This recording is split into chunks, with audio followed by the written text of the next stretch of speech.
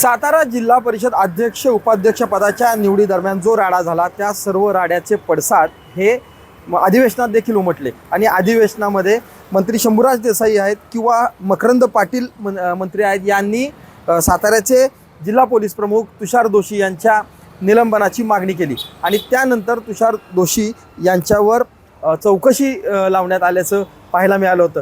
त्या दरम्यान ती चौकशी लागल्यानंतर तुषार दोशी हे रजेवर गेले होते आणि आज आता स्वतः तुषार दोशी हे पुन्हा एकदा साताऱ्यात पोलीस मुख्यालयात त्यांच्या दैनंदिन कामकाजाच्या ठिकाणी हजर झाले आहेत, रुजू झालेले आहेत। एकूणच ती रजा अर्जित रजा होती की सक्तीची रजा होती याबद्दल नेमका संभ्रम अवस्था प्राप्त झाली होती।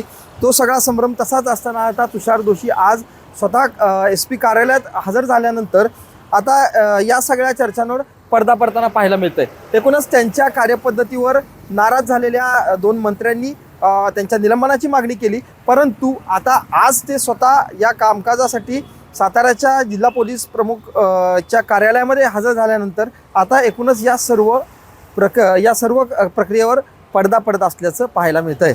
ओंकार कदम, साम TV न्यूज, सातारा। महाराष्ट्रातील सर्व बातम्यांचे विश्वासार्ह व्यासपीठ,